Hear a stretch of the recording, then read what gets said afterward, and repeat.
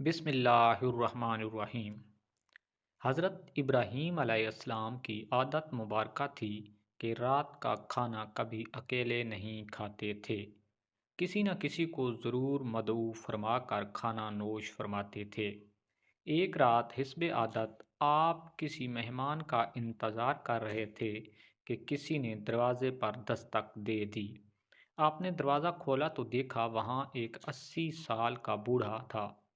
इसने कहा कि मुझे कुछ खाने को दे दो, मुझे बेहद भूख लगी है।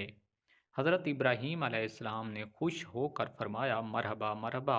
इस आदमी के हाथ धुलाए, इसके सामने खाना रखा और कहा, बिस्मिल्लाह कीजिए।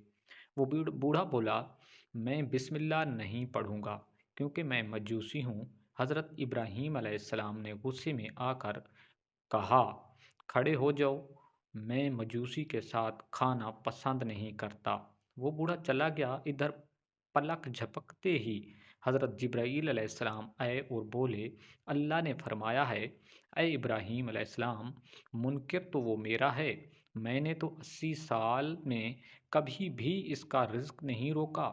80 साल से वो मेरी नाफरमानी कर रहा है, मुझे नहीं मानता, मुझ पर ईमान नहीं लाता, लेकिन इसके बावजूद 80 सालों में मैंने एक दिन भी इसको भूखा नहीं सो लिया।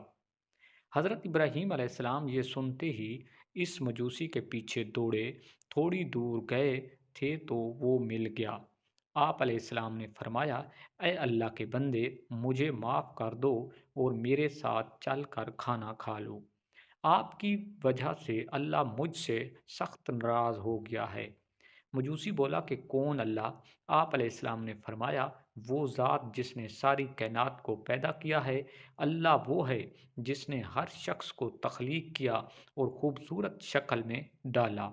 अल्लाह वो है जो तमाम मखलूक़ात को रिज़्क देता है, जिसने तुझे और मुझे अब तक ज़िंदा रखा हुआ है। मजूसी हज़रत इब्राहीम अलैहिस्सलातु वस्सलाम की ये बात सुनकर रोने लगा और बोला, क्या कहने हैं तेरे रब के? अय अल्लाह के बंदे, तेरे रब का तो अखलाक बहुत आला और अजीम है। मैं इतने प्यार करने वाले अजीम रब पर ईमान लाता हूँ। चुनाचे इसने कलमा पढ़ा और अल्लाह तबारक व ताला पर ईमान ले आया। अजीज़ दोस्तों, हमें नफ़रत गुनाहगार से नहीं बल्कि इसके गुनाह से करनी चाहिए।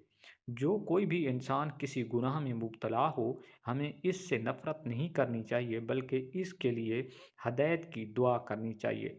अल्लाह तबारक व ताला हम सबको समझने और नेक अमाल करने की तौफ़ीक अता फ़रमाए।